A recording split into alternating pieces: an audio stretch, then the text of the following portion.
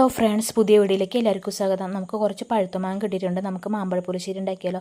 അതിനായി തൊലി കളഞ്ഞ മാമ്പഴം, അതിൽ 2-3 പച്ചമുളക്, കുറച്ച് വെള്ളം, ആവശ്യത്തിന് മഞ്ഞൾപ്പൊടി, ആവശ്യത്തിന് മുളക് പൊടി, ആവശ്യത്തിന് ഉപ്പ്, കുറച്ച് ശർക്കര ഉണ്ടായിരുന്നു, അതുകൂടി ചേർക്കാം.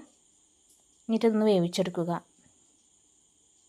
മാങ്ങ വേവുമ്പോഴേക്കും നമുക്ക് അരപ്പിനായി ചിരകി വെച്ച തേങ്ങ, അതിലേക്ക് കുറച്ച് ജീരകം, ആവശ്യത്തിന് തൈര് എന്നിവ നന്നായി അരച്ചെടുക്കുക. ഈ അരപ്പ് ചട്ടിയിലേക്ക് പകർത്താം. നല്ല തിള വന്നതിന് ശേഷം നമുക്ക് വറവിടാം.